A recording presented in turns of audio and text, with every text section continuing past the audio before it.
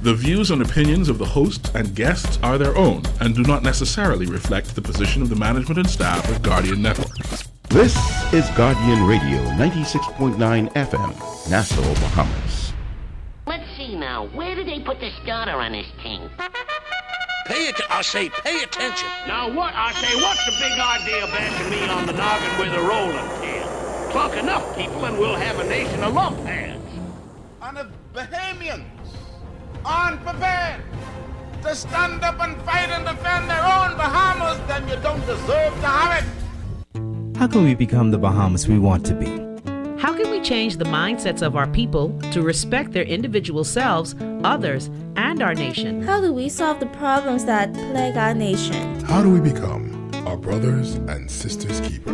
Let's discuss it together and find the solutions. So when you are asked the question, Who are you? You can proudly say, I am a Bahamian. Yo, hey yo, we come a long way and we just begun. Come on, lift up the heads to the rising sun and just sing it out loud. I am a Bahamian. Come on, sing it out loud. I am a Bahamian. From the Bahamas to an Agua islands in between. If you know you in love with the sign and cheer, come on, sing it out loud. I am a Bahamian. Come on, sing it out loud. I am a Bahamian. I am a Bahamian citizen. 242 resident. 242 resident. Good evening, ladies and gentlemen. Welcome to the debut of Changing the Mindset, a show that is focused and devoted to having an open conversation about our community and getting a point of view from all persons concerned, young and old. Well, not all, well seasoned. We'll say well seasoned. And not just talking about our problems, but looking for real solutions that we could apply today. First of all, let me welcome my special guest in the studio today. I have the lovely Dr. Marilyn Louise Simmons. Say hello to our guest, Dr. Simmons. Hello, Bahamas. It's so good to be on the debut of your show, Mr. Todd. Thank you for having me. Oh, it's a pleasure to have you in studio, as well as we have the lovely Miss Erin Knowles. Good evening, Bahamas. And also one of my special guests who's actually going to be a part of our special feature of the show, which is Changing the Mindset's Spotlight on Positive Things in the Community, Mr. Dewitt Pratt. Good evening, Bahamas, and everyone listening. Now, ladies and gentlemen, our first topic for this show is education. Now, education in the Bahamas is, wow. That's a really big topic that we're trying to cover. And I know we only have about an hour, so, we're going to just get right into it. Dr. Marilyn, starting with you. Yes. And just to tell you, I love these contacts you have. Baby, they're beautiful. I know you're Thank listening you. in, but I have to tell you, she has these blue contacts. They're awesome, okay? What is, in your opinion, one of the biggest problems that we have in education in this country? We're missing the student-centered approach.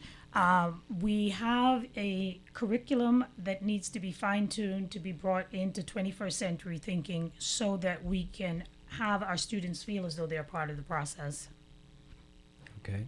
Yeah, and I think I have to agree with that. In even going beyond that student-centered approach that's absent, I'm not certain we ever really established the purpose of education within the Bahamas. We've lost out. For example, the white paper on education specifies that the purpose of education is to produce service-oriented individuals. Yes. What has happened to producing individuals who will then produce a nation that must progress? Why is it that they have to be service-oriented? So this purpose has really been lost from the fundamentals of education. Erin, having a discussion with you and talking about your qualifications, we didn't even let the persons know that Erin Knowles, Miss Erin Knowles, is a recent graduate from the College of the Bahamas. Her major is Education, English Language, and Literature. And she has done an extensive research paper on post-colonial theory and Paulo Freire's theory of critical consciousness. She's had the opportunity to present at the College of the Bahamas' University Transition Symposium and recently had a paper accepted at a renowned conference in Panama. I did a little research on Paulo Freire's theory, but tell the public a little bit what that is actually about. Paulo Freire, he talks about displacing the banking concept in education, where the students are considered the depositories and the teacher is the depositor.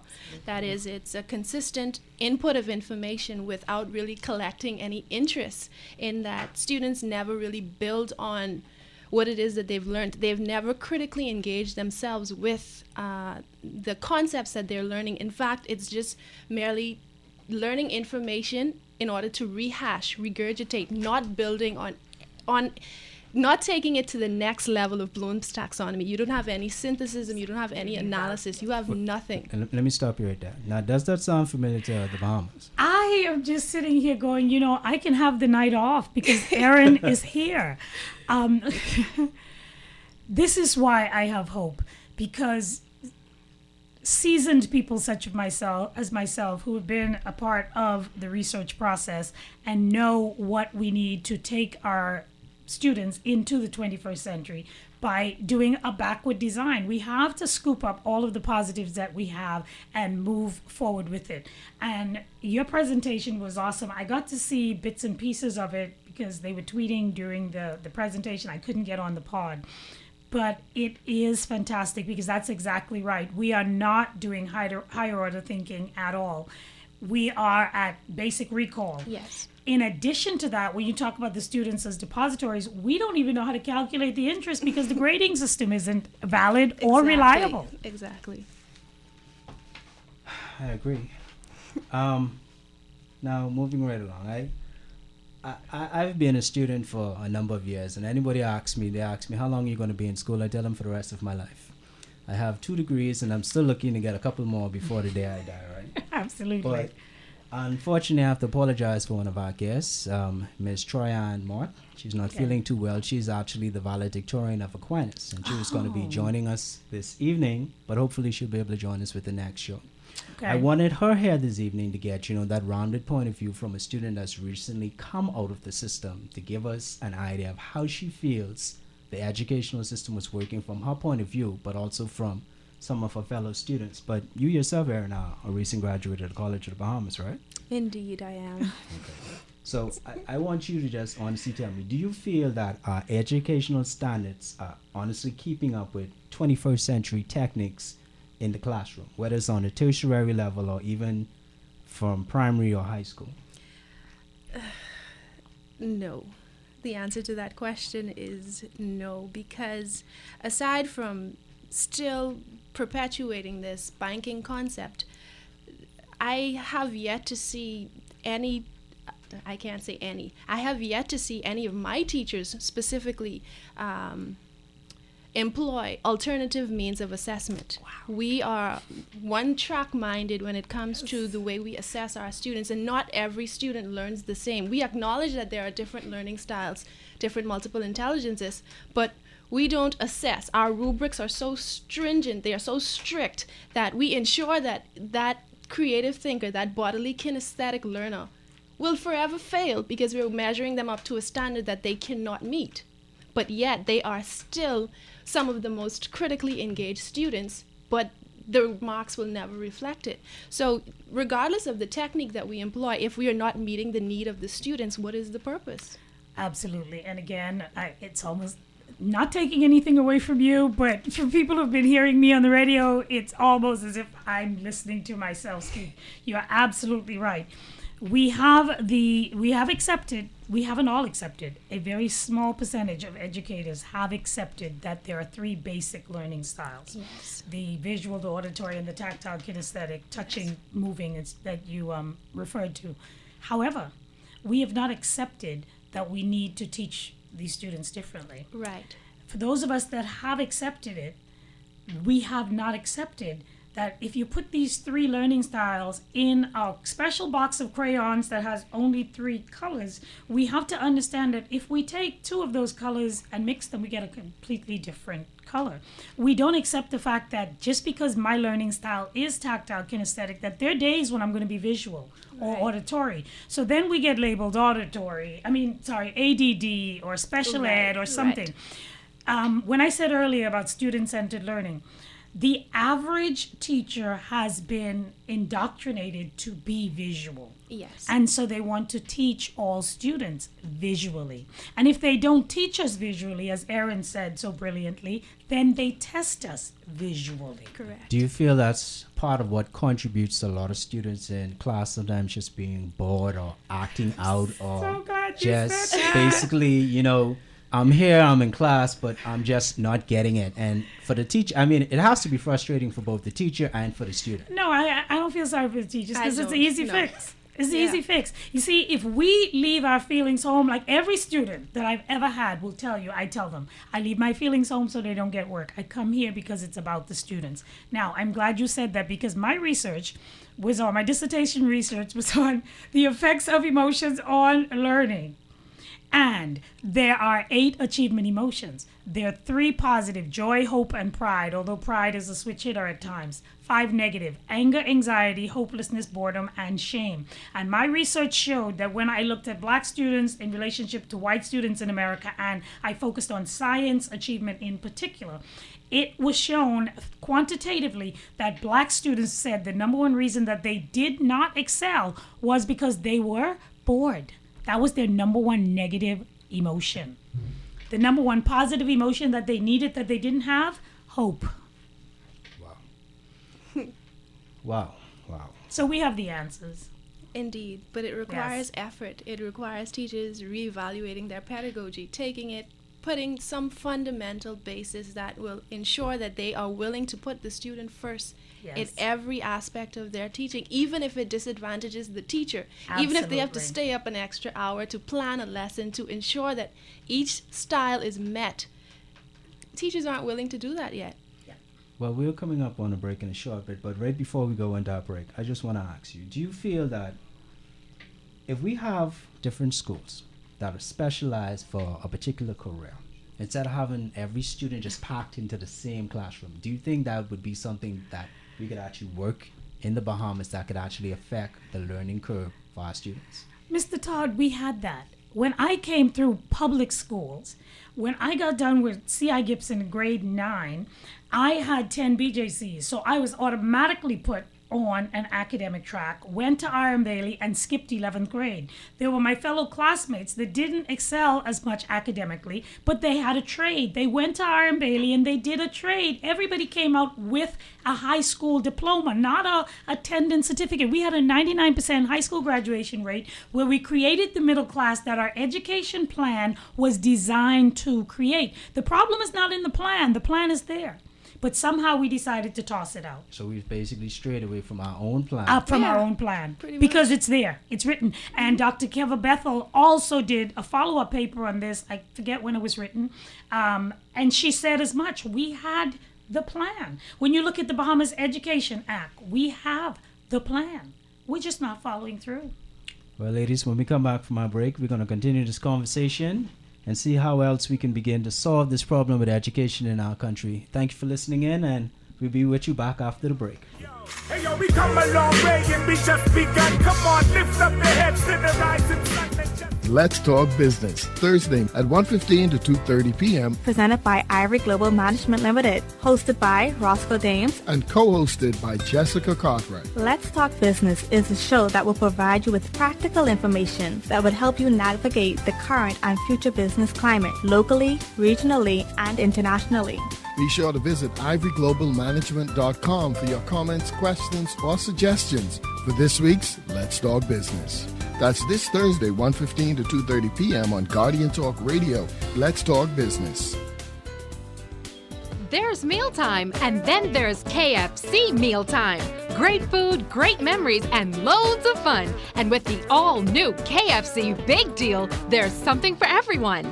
The new KFC Big Deal. 8 delicious pieces of our thigh and leg chicken and original, spicy or barbecue for just $13.99. Add any 2 family sides for only $4.99. Even a 2-liter Pepsi. Great times and great family meals start with KFC. So good. Wake up. Weekday mornings, join us for the show that's shaking up Bahamian radio.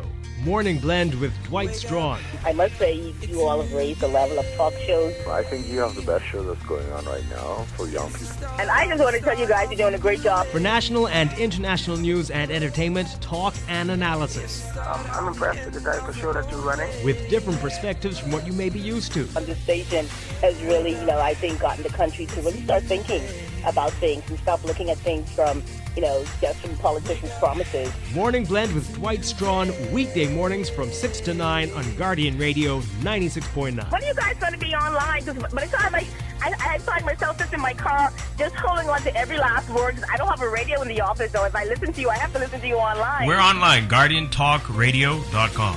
Wake up, it's a new day. Do you want to win a weekend in Abaco? With a 3-day, 2-night stay at Treasure Key Resort, airplane ticket on Bahamas Air, and a car from A&P Auto Rental? Do you want to know how? Do you read the Guardian Deal Locator? Can you print your name, contact, and email? Well, look for It's All About Treasure Key Resort, A&P Auto, and Bahamas Air ad in the Deal Locator. Fill out the form, bring it to the Nassau Guardian, drop off your entry form before August 31st, and you can be one of 4 winners. I know you didn't think it was going to be that easy. It's all in the Deal Locator, inserted every day in Nassau's leading newspaper, the Nassau Guardian. News and views that matter since 1844. And you know that's right. This is Guardian Radio 96.9 FM. Fresh news, smart talk, all day.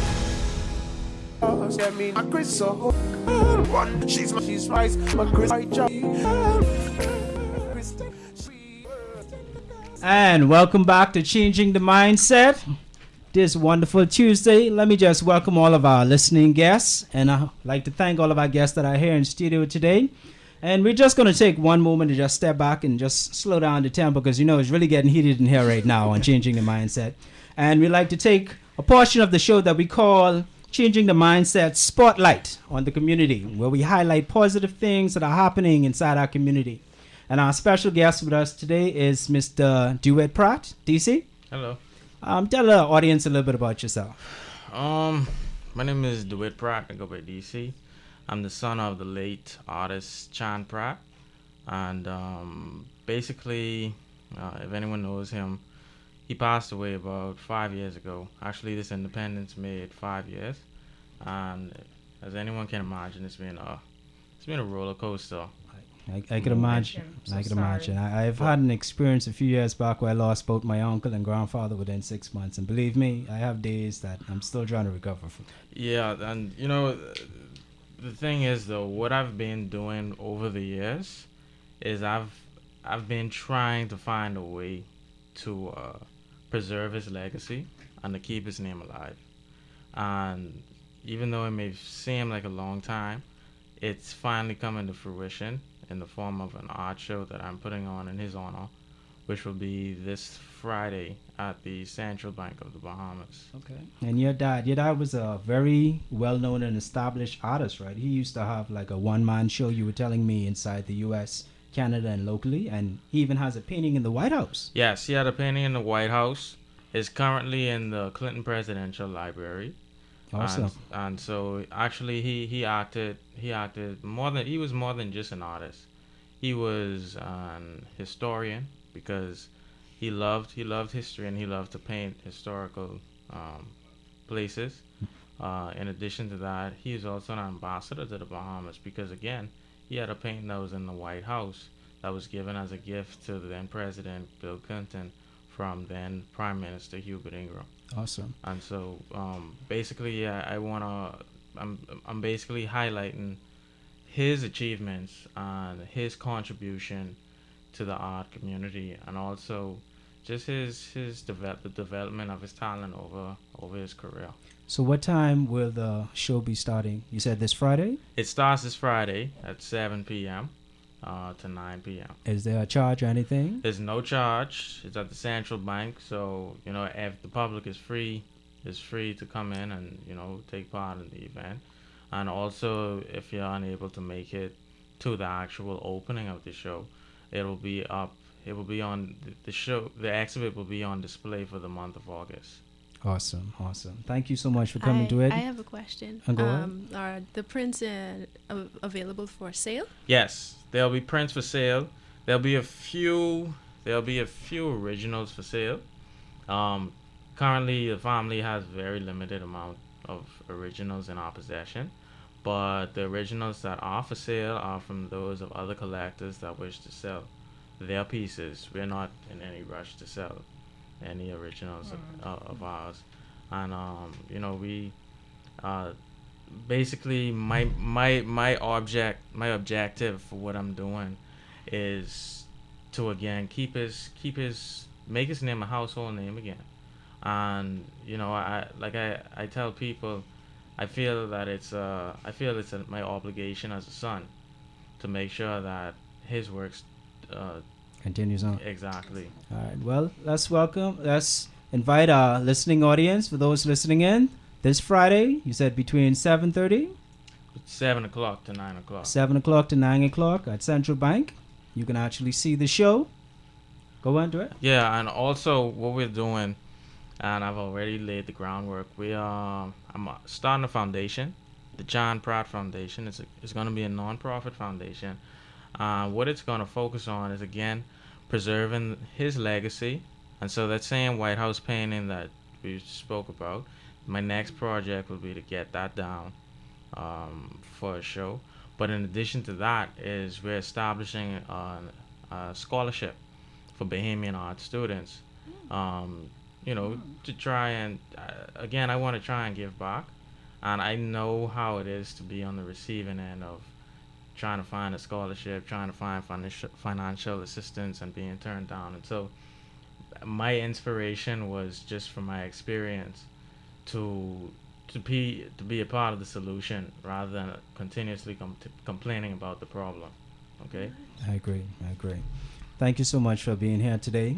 Now let me just say to our listening audience, a part of what we're trying to do here on this show is promote positive things.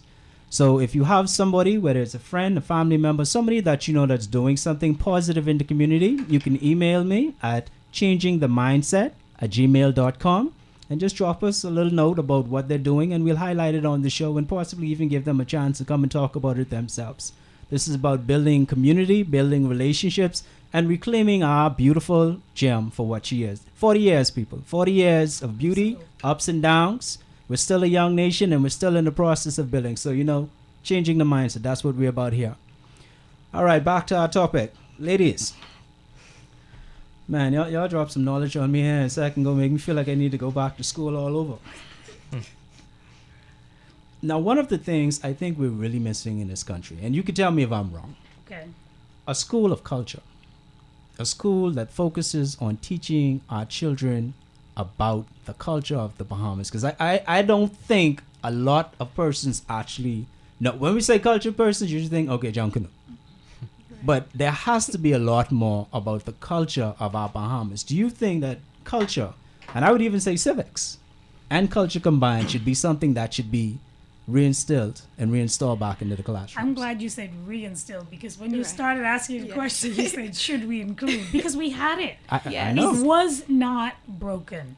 We had, as I walk around now and see all the beautiful Ponciana in bloom, we had the Ponciana Festival. We used to borrow all the schools that didn't have the little convertible MGs, borrow those, and we decorate them. We used to have to sell popularity tickets to raise money for Jumbe Village, which was supposed to be the cultural center for schools to go and partake. We did the music festival up at St. Mary's Hall. It was not just a select few that became a part of a national choir. It was everybody all the time. We used to walk down Shirley Street from Shirley Primary and go visit the courthouse, the statues, listen to Magistrate Osadebe deliberate in court. We did all of these things. When the new post office opened, we went down there and sang to the at the new post office. There was always something about Bahamian culture going on. We did civics. We did so much history that it was you could not be in any kind of doubt as to who you were as a Bahamian when I came up. through schools. And they told us, they said, you must know these things, because if you are stopped by a visitor, you need to know how to represent us collectively. And I think it goes back to our question on really what's wrong, where the purpose is lost. We don't truly value the education that the purpose of education is not valued in what you can do with it. So, like she said, we had it. Yeah. I've heard stories of what I've lost, what I did not have the opportunity to experience myself that I would have loved to experience, because my teachers wanted to stick to a curriculum that ensured that I would only pass an exam here and now. I would not be a functioning critical individual to contribute to a society of progression. So basically, you can take in and regurgitate basically whatever they put inside you. That is correct. Well, I know personally as a student, I had one advantage over a lot of my other fellow students was I had an awesome rote memory. Exactly. Long term, it was terrible. So I was good at taking exams. Yes. I could sit down half an hour before the exam, memorize basically everything I need, spit it back out on the paper. But if you ask me 2 days later what that test was about, what test? And that is exactly what we're talking about. Yeah. And that comes under my research umbrella again as well, because of the fact that we are not seeking to make education a positive emotional experience to the point that students take these big ideas and enduring understandings with them throughout life. I have students now that I taught perhaps when I first started teaching almost 20 years ago. And if I see them now, if they were in my biology class, I'm like, all I have to do is point finger. Oh no, it's diffusion. Life is about diffusion. I gave them these little buzz things so they will always have an idea of how the world works from the point of view of that particular subject. And even though my first love is science, I never just taught science in my classroom. I connected to everything else. So you had that global education. Now, I wonder if our people really understand the connection with education and a lot of the crime persons are complaining about in our society. Absolutely. I'm going to ask you to do it. You know, I don't mean to put you on the spot, but let me just ask you personally. Do you feel that the crime problem that we have that's going on in our society right now is not just a crime problem, but is also an educational problem that we have? I think a lot of it is the educational problem, because one, you know, these guys, they don't have anywhere to go to, you know. No hope. Yeah, and it's more than just an educational problem, in my opinion. It's a social problem, and I think too that a lot of these guys, they don't feel empowered, you know, intellectually. It's the trend that this generation is going and has been going is the gangster mentality. And you know, that's cool, and this is the way I know how to make money, because you know, these guys who are in a position to act as role models, they get the negative influence that education isn't important, you know. And again, it doesn't have to be black and white education, because you don't have to be a math genius. Exactly. Yeah. You know, you don't have to be a literary genius. You know, I'm neither of those, but I'm a critical thinker, and if you can think, learn how to resolve problems, it'll do a lot. And you know, and it's funny that you touch on that, because bringing back to what I want to achieve through the foundation is I want to be one of those to help empower my peers.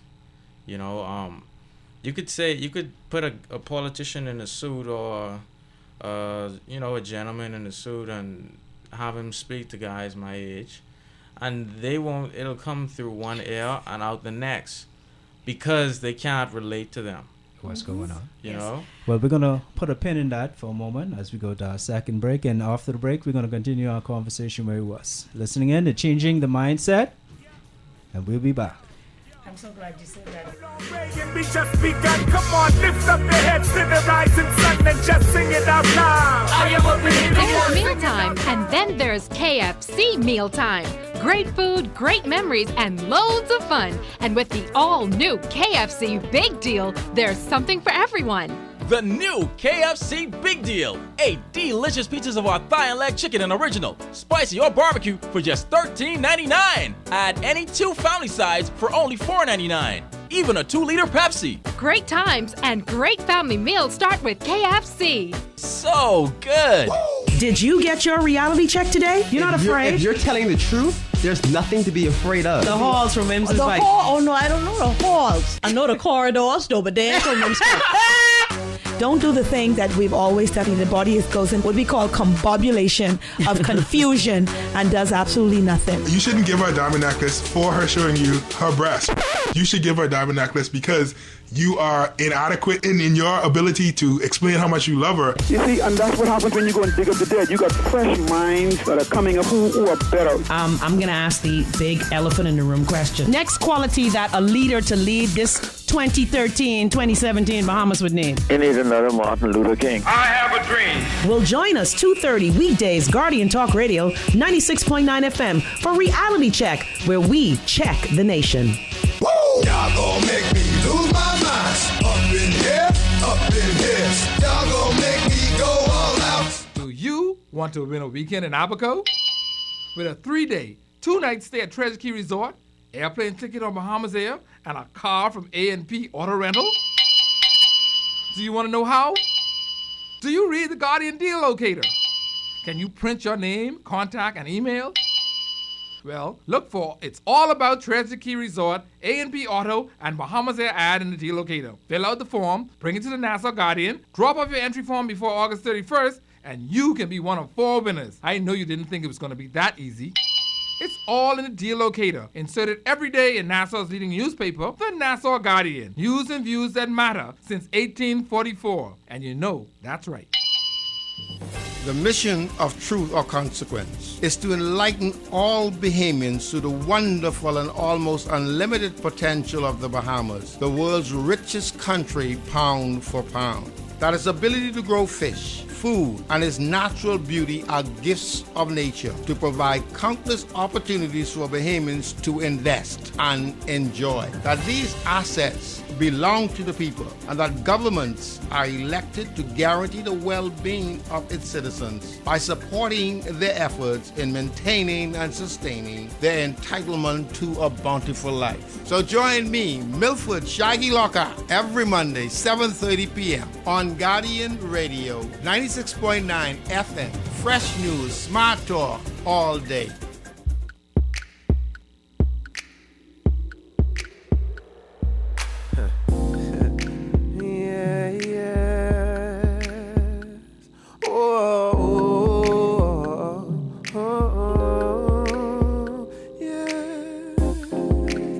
I won't be unequally yoked, no, no. Yeah. See this girl, Bible in hand, walking through the streets so fine, I can't understand how she's glowing. Looks like she's floating, cause I know to church this empress is going. Welcome back to Changing the Mindset. Our lines are going to be open and we'll be taking our first call. Hello, welcome to Changing the Mindset. Good evening. How you doing, sir? I'm fine, and you? All righty, I'm pretty good, thanks. Let me first apologize. I didn't get anybody's names on the show. I tuned in a little late. So may I ask your name first of all, sir? My name is Beaumont Todd, and I'll just let my guests go around and introduce themselves. Right. I am Dr. Marilyn Simmons-Bowe. I'm Erin Knowles. And I'm DeWitt Pratt. Hi, good evening. Good evening. Dr. Bowe. Yes. You and I have something in common. Uh-oh. Shirley Primary. SHIR. LEA. Wow. So you brought back some nostalgia when I heard you make mention of that. Oh, thank you. Were you there when Mrs. Canlon was there? The only 2 persons that I can remember from Shirley Primary vividly was Miss Matthias and Miss Antonia. Oh, Lord, I remember Miss Matthias. Yes. She was down on the end. On the eastern end, of the western end, yes. Yes, western end, near Mackey Street. Mrs. Canlon was on the eastern end. Oh, see, because I was in Miss Matthias' class most of the time. Wow, what a world. Yeah. You know, folks, as I listen to you talk about education, I have a very probing question, I think. And that is, what is the definition of education? And before you answer the question, let me tell you why I'm asking. Usually when one hears the word education or the statement, go and get an education, the implied instruction in that is study math, English, science, biology, become a doctor, become a lawyer, so on and so forth. And the young lady, what's your name again? Erin Knowles. Yes. You said something earlier that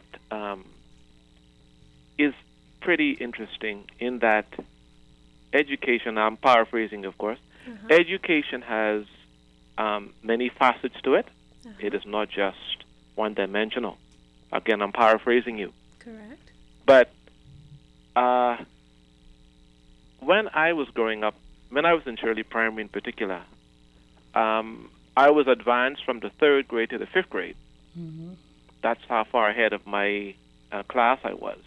I was advanced, But- so I skipped 4th grade. But it got me, what happened to me in the 5th grade and the 6th grade is that I started to get bored. Mm-hmm. I did not have the mental stimulation or challenges to really keep me going. I was once described, or could have been best described as at the time as a child prodigy. But sadly and unfortunately for me, those aspects of giftedness were really never brought out in me because of not having the stimulation. And I honestly believe that if a lot of students in this country were to, one, be told that yes, you can accomplish anything you set your mind to, and to be given the mental, social, and literal tools to do so, I believe every student, every Bahamian student would excel. Again, I'm going to ask the question now, what is your definition or the definition of education? Before I let my guest answer, let me just get your name caller. That's one thing I realized we didn't get. Oh, my apology. I'm JT. JT. Yes. Okay, welcome to the show, JT. I think I'm going to let Dr. Marlon answer that for you. All right, I would like to hear it, man. JT, I don't have a conformed or confined definition of education. I can look at it from the Latin educo, educare, but I think of education as my approach, meeting the student where they are and doing a student-centered focus. Before I educate any student or attempt to educate or attempt to let that student get an education, I always give a learning style analysis as well as an inventory, interest inventory. Yes. And even though I have to conform myself to a curriculum of sorts, whether it's math, English, science, or social studies, I make sure that that student is a personal part of that curriculum. It's very easy to do. In that way, the student wants to learn. Now, what happened to you at Shirley Primary was that you showed the prowess to be a protege. However, you did not have teachers receiving you in 5th grade who had the student-centered initiative. See, I had that with Miss Matthias. So I was able to feel empowered to be able to move on. And when I went to C.I. Gibson, it was the same thing with Miss Davis, with Miss Knowles, with all of the teachers, with the principal. So it's about who receives you in the education process that will determine the definition of education. For me, it's a student-centered approach. Exactly, and I agree with you on that. I oftentimes define education as a reciprocal process of teaching and learning within the classroom. So once again, the student is centered, but it's a process whereby everyone is learning from one another. The teacher is not all knowing within the classroom. Absolutely. So basically, you're looking at focusing on education as teaching the whole man. Teaching the whole child, I believe, and I just realized the other day that this is also a part of the vision and mission of the Ministry of Education. Mm-hmm. But I've always been a proponent of teaching the 4 quadrants, which will keep you centered, and that's physical, mental, emotional, and spiritual, teaching the entire child. And that can be done from the point of view of math, English, language arts, social studies. And we were saying, I think, off mic, about having teachers, JT, who are removed from the process in so much that it doesn't have to be about them. Right. It's about not bringing your ego. And I came up with an acronym for ego a long time ago: education, growth, and opportunity. Because if you must bring your ego to the classroom, make it worth the student's while and not your while. Yes. Yes. You know, again, Doc, you and I have C.I. Gibson is also a commonality. Oh, wow. Did you end up at R.M. Bailey as well? Unfortunately, no. The unfortunate thing for me is that at C.I. Gibson, it was in that at the 7th grade year when I lost my sight. Oh, I'm so sorry. I Me gotta too. remember. Believe me, I'm sorry too. It happened. Yes. But the reason I asked the question about education is my understanding is that education is simply the impartation of information from one person to the other that is practical for him or her, the student, to know, to understand, and to do. apply. Yes. I actually have a sign in any classroom whenever I'm in the classroom: know, understand, do. Because There you it go. is That's three-pronged. it. Yes. You And, see, and I'm not just saying that. Anybody that's been in my classroom has seen pictures of my classroom. It's hanging right at the door as you enter: know, understand, do. That's it. And you have outlined it very well. I love your definition. I would just add one word: What's that? reciprocal.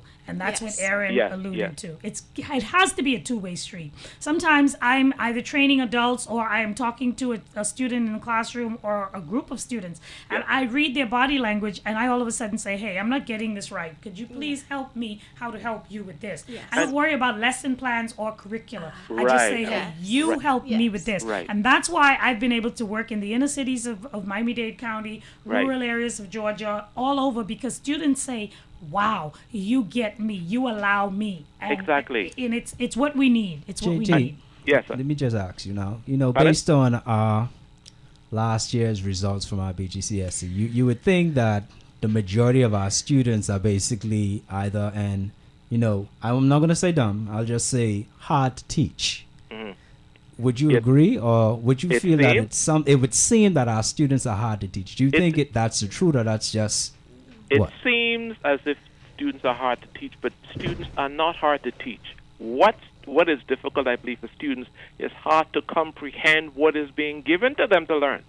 And I'll take that, JT, not cutting you off, but I started jumping in my seat when Go Todd mentioned the exam results. Yes. First of all, they don't mean anything. They're Exactly. just a tally. Thank you. They're just a tally. We don't have any kind of statistical, reliable and valid statistics. We don't know what the D means. We can't look at a math D average and say, oh, the students are low in algebra or low in geometry. Right. Nobody has done a correlation. So we need to get rid of that because it's only a tally. It is one of the most known invalid means of Yes. assessment that there is. Yes, absolutely. And Maybe see- you folks need to be in the ministry And of see- education. Well, I'm trying personally. I asked that question because, see, I know personally as a student and as an individual, like I said again, I'm good at taking tests. Yes. I And may I- forget. and I when you may. said that I earlier, may I thought forget about the that. information after. Yes. Right. But I'm good at taking tests. But see, what saves me is, like Dr. Marilyn says, you Yes. learn to do, and by Yes. me doing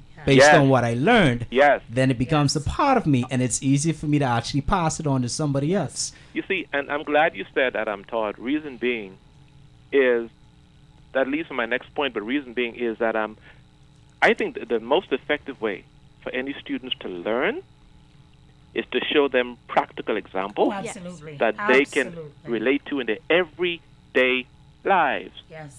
For example, and this God inspired to my heart when I was in high school in Miami, which is where I graduated from. But the decimal system, for example, that is essentially the money system. Yes. Well, But it I did- is. Not essentially, it is. Well, because DESI is 10 and we're counting in tens, and you're absolutely right. You're right on. And It the is. reason I say essentially though is because you got all them zeros and way. I mean, the decimal point can get so infinite. But then you only focus on significant figures, though, Right, remember? right. So But you that's what see- makes your point right. very Or valid. at least the number system anyway. It is the Yes. decimal system. See, $1.25. Everybody knows what that is, right? Yes. But if one was to write on the blackboard 1.25, and you ask a student to relate that to a practical experience in life. They can't, because unless it is explained to them that that's $1.25 that they're looking at, they will never be able to connect. You know, and I think the easiest way but I even think a lot of teachers need to be retaught. the joke that goes with that right before Dr. Marlon cuts in. I asked a few students, what is their least favorite subject? And most of them usually say math. And I asked a couple young ladies, what's your least favorite subject? And they said math. I said, why? Because I don't understand it. You don't understand it? And I asked them this question, okay. If I send you into a store with $100 and you know that they're having a sale, they have 25% off a blouse, 10% off a skirt, 5% off of shoes, and also how to get a bangle. The lady said she can calculate that and walk over to what's right. And I said, okay, you know why you can do that? Why? Because you have something you can actually relate the money to. Exactly. This is, again, the whole focus of my research. My research comes under the theory, the control value theory of achievement emotions. You control what you value, and what you value, you will learn. And period. See, Dr. Marilyn, you know, I've heard you once or twice on other radio stations around. Yes. But you, honestly, ma'am, need to be heard, seen, and... Sir, I have been applying, I didn't want to go there on Todd's show, but I have been applying to come home and still applying to come home. When the powers that be find the means, I will be here. But you see, I believe in and of yourself, hopefully you might be able to start with something privately. No, I don't want to. My passion is I want to come. No, I didn't mean to be so curt, but I came through public schools and I want to give back to public schools. I refuse to do anything private. I could have many times over. Well, JT, not meaning to cut you, but I mean, if you want to hold, we're going to go to our next break real quick. And after our next break, we have another caller. All right, JT, we're going to have to let you go, and we just get this next caller, and then we're going to be heading into a break. Thank you so much for your contribution. Thank you, Good day. Welcome to Changing the Mindset. And what's your name for me, please? A godly day to all. Raymond Darling Ferguson. I have a question for the doctor. Doctor. Yes, Mr. Ferguson. How are you? I'm wonderful, sir. How are you? I'm holding, thank God. What I want to ask you is this. The white paper, right? Yes. On education. Yes. How many years that white paper were in place, and how far back it started? Was it one government or one era used it to the other? Explain that to me, please. First of all, we were talking earlier about lower-level recall questions, basic facts. I cannot tell you the year or how long, but I can tell you this. It was used wholeheartedly in the beginning, whichever government was in place, and then... When you say the beginning... as I'm saying to you, I couldn't tell you the year. Maybe Aaron has those facts as a student, College of Bahamas most recently. Do you have the Indeed, 1942. Okay. But the thing is, it is held as the standard. That is the one thing that they ensure you know left to right, front to back in the education program at the College of the Bahamas. So that is what is governing the matriculation of all teachers into the system, sir. Right, but the good thing was that we did revisit it with the Bahamas Education Act, which was supposed to drive everything, but it is not. So there you have it. We had almost a 20-year gap, and we're still using the old stuff from the 40s instead of... We're going to continue this in a moment as we head into our break. Caller, just hold on for a moment if you want to hold the line. We'll get back to you as soon as we get back on Changing the Mindset. I am a Bahamian citizen. 242 resident. Want to win a weekend in Abaco? With a 3-day, 2-night stay at Treasure Key Resort, airplane ticket on Bahamas Air, and a car from A&P Auto Rental? Do you want to know how? Do you read the Guardian Deal Locator? Can you print your name, contact, and email? Well, look for It's All About Treasure Key Resort, A&P Auto, and Bahamas Air ad in the deal locator. Fill out the form, bring it to the Nassau Guardian, drop off your entry form before August 31st, and you can be one of 4 winners. I know you didn't think it was going to be that easy. It's all in the deal locator, inserted every day in Nassau's leading newspaper, the Nassau Guardian. News and views that matter since 1844. And you know that's right. Hello Bahamas, this is your boy Sheldon Lonely. Join me this and every Wednesday at 7:30 p.m. for Sports Break on Guardian Radio 96.9. We're going to be talking local sports and international sports, whatever you want to talk about. Major League Baseball, the NFL, the NBA. This and every Wednesday at 7:30 p.m. on Guardian Radio 96.9. Sports Break, the new sports show on radio. There's mealtime, and then there's KFC mealtime. Great food, great memories, and loads of fun. And with the all-new KFC Big Deal, there's something for everyone. The new KFC Big Deal. 8 delicious pieces of our thigh and leg chicken and original, spicy or barbecue for just $13.99. Add any 2 family sides for only $4.99. Even a 2-liter Pepsi. Great times and great family meals start with KFC. So good. God, even in these hard times, when we can't seem to find our way out, we still need to seek you. We need you more than ever before. God, we need you. We need you. I look around and what I see, it's like a movie filled with pain and tragedy. Depression's high, finances low. People waste their time searching for love and security. People dying, babies crying, mama's trying, but no one is there. Welcome back to Changing the Mindset. We're just in here, having a good old time talking about education and how education affects our country. Caller, are you still there? I'm still here. I want to get back to Dr. Marilyn, please. Yes, sir, please. Dr. Marilyn, knowing that we are in different era, that white people were there from the way back then, from before I born. Right, same here.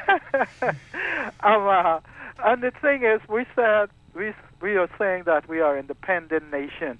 Why you suppose that the governments haven't looked into that in a more positive manner, knowing that we are in a different era? I don't think it has anything to do with the government from the point of view of the political parties, if that's what you might be referring to. I think it has the educational system. I know what system you're talking. We're discussing education. I don't think it has anything to do with the government per se, because you were talking about the years, and I think you were alluding into maybe which political parties were in power. I'm not sure. I don't want to put words into your mouth. However, I don't think it has anything to do with the government, the government as we come to term it in the Bahamas, which is the political party in power. I think that government is the people. And as a people, no matter who we voted in at the time, sorry, not whom, it's late. No matter who we voted in, we never demanded better collectively. What we did was we took a perfectly good education system that was actually put in place by Sir Lyndon Oscar Pindling, who said that education will create the middle class. And I am a living example of that, because being born and raised in the inner cities, my parents never went past 3rd grade, but this man had a vision for education, at least. I don't care what colors you want to attach to that or what political stigma, because I'm a nationalist. I don't even deal with the politics. And anybody that steps to me knows that. Now, from there, we moved into a wonderful first almost 20 years of independence where it worked. When I graduated College of the Bahamas, there were jobs waiting because the Bahamianization program worked as a direct conduit from getting an education. He told us that if we went to school and we got an education, that we will create this middle class. Sadly, most of us that came up through this middle class, we forgot from whence we came. We decided that because we can afford to send our children to private schools, let's just ignore public schools. And what's even more sad is that a lot of us work in the civil service and in the Ministry of Education. So for me, it has nothing to do with the government from the point of view of politics. If we want to look at who was in power when what was going on, we need to look at when we started keeping statistics for education for this new BJCSE thing, where we don't even know the validity or the reliability. This is our 20th anniversary, and we don't even have 20 years of usable data. So let's look at who was here for the last 20 years. Let's look at who was here since 42, who was here since 67. And I think that covers all of the political parties. Well, caller, we're nearing our time going out of the show, and these last couple minutes of the show, we're going to be focusing on, as quick as we could, solutions and things that we can actually try to apply now. And Absolutely. just to wrap up in some of what we've actually discussed, because, education is a big topic, and there's so much more that can actually be said on it. But basically, some of the things that we've gotten out of today's conversation is one of the problems that we have is we've moved away from some systems that we've actually had in place that were working. Yes. Because a lot of persons actually think that the educational system is broken. It isn't that it's broken. It's just that what is in place and was in place is not being utilized. Exactly. Yes. And in addition to that, we can say that a lot of times the manner of teaching in the classroom that the students can relate to is actually not being utilized. Absolutely. So I'm just going to start with you, Dr. Marlon. What are some of the solutions or practical things you think that we can honestly begin to start implementing now to actually begin to fix the problem that we are having with education? Because it's a problem and it's affecting everything in our society. Simply put, student-centered instruction. Right now, as soon as school opens, every single teacher can hand a student one simple piece of paper, or it can be done electronically on a computer. A few questions to find out what that student's learning style is. And then it doesn't mean that it's extra work for the teacher. You just tailor your instruction to meet the needs of this individual student. So in 3 words, student-centered instruction. Okay, Duet, you were talking about how persons that want to talk on education or go into the public to speak to like our young men, what they can do to actually relate to get them more interested. What do you think that can actually be done to try to get a lot of our young men more interested in education? Because I feel that, and not knocking any women empowerment, but I feel that when women were beginning to get empowered, our young men begun to get left behind. That is why a lot of young men right now are having actually an identity crisis. Absolutely. Because they do not realize who they are or their importance to society. Yeah. And they've been emasculated. So as a young man yourself, what do you think can be done actually in society to help try to draw the young men back into valuing education again? I think the most important thing is a positive male role model. And a lot of young men don't have fathers in the homes. So I feel that a lot of them need the proper guidance to begin with. And then too, a lot of them have, just the wrong, they hang around with the wrong crowd. And if you know the saying, iron sharpens iron. And so if you surround yourself with positive and like-minded people, then you can only go up. And so again, back to the social issues, I think we need more positive-minded role models, young and old, peers to help guide each other side by side, and elders to help lead. Okay. And I think that's the way, in my opinion, moving forward, my generation can move forward. Erin, Ms. Knowles? I would say, to sum up what the doctor said, a word that we've often been asked to define but never to implement, differentiated instruction. Absolutely. And we need our teachers to begin viewing students as the students who need to be treated with respect and care and alternative means of assessment. Yes. If you couple these together, foolproof. Student-centered learning. All right. Absolutely. Very well put, Erin. Ladies and gentlemen, thank you so much for listening in to Changing the Mindset. I want to thank all of our guests that are here in studio, and let me invite you to our next show, which is going to be actually on August 20th.